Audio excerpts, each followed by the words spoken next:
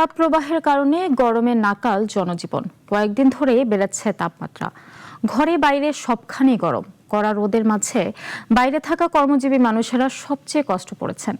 আবহাওয়া অফিস বলছে, সারা দেশে মৃদু থেকে মাঝারি তাপপ্রবাহ বয়ে যাচ্ছে, যা অব্যাহত থাকতে পারে। সেই সঙ্গে বিভিন্ন অঞ্চলে দমকা ঝড়ো হাওয়া এবং বজ্রসহ বৃষ্টির পূর্বাভাস রয়েছে। অলুরানির রিপোর্ট। বেশ কয়েকদিন ধরে দেশব্যাপী আবহাওয়ার বিচিত্র আচরণ পরিলক্ষিত হচ্ছে। কড়া রোদ বাড়িয়ে দিচ্ছে গরম। দিনের বেলায় তাপমাত্রার পারদ উঠে যাচ্ছে 40-এর ঘরে। তীব্র গরমের মাঝে দুর্বিষহ হয়ে উঠেছে জনজীবন।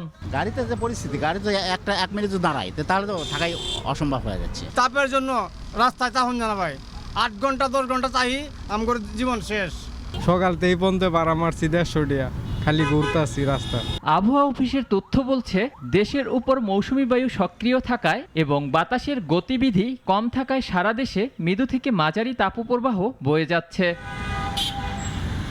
চলমান এ তাপপ্রবাহ অব্যাহত থাকতে পারে আরও 2 দিন।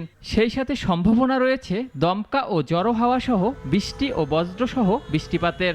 সকাল 9টা থেকে 2 জায়গায় বৃষ্টি হতে পারে, সেটা রংপুর, রাজশাহী, ময়মনসিংহ এবং সিলেট বিভাগে। তবে কোথাও কোথাও শিলাবৃষ্টি হতে পারে, অন্যত্র আবহাওয়া প্রধানত শুষ্ক থাকতে পারে। এদিকে তীব্র গরমে সবথেকে কষ্টে খেটে খাওয়া মানুষ। রোদে পুড়ে ক্লান্ত শরীর, তাই ভাটা পড়েছে আয় রোজগারে। পেটের দায়ে করতে হয় তো চালাইতে হয় গরমে, এই জন্য চালাইতেছি। এই জায়গায় গরম সাংঘাতিক, বেচাকিনি খারাপ, বেচাকিনি নেই আগের মতন। গরম তো বেশি, কষ্ট বেশি হইতাছে রে বাবা। গরমের তৃষ্ণা নিবারণে রাস্তার পাশে শরবতের দোকানে ভিড় করেছেন ক্লান্ত পথচারীরা। তবে কিছুটা প্রশান্তি এনে দিতে পারে কেবল এক পশলা বৃষ্টি। তীব্র গরমে অতিষ্ঠ সবার প্রাণে বৃষ্টির প্রার্থনা। অলিউল রনি, নাগরিক, ঢাকা।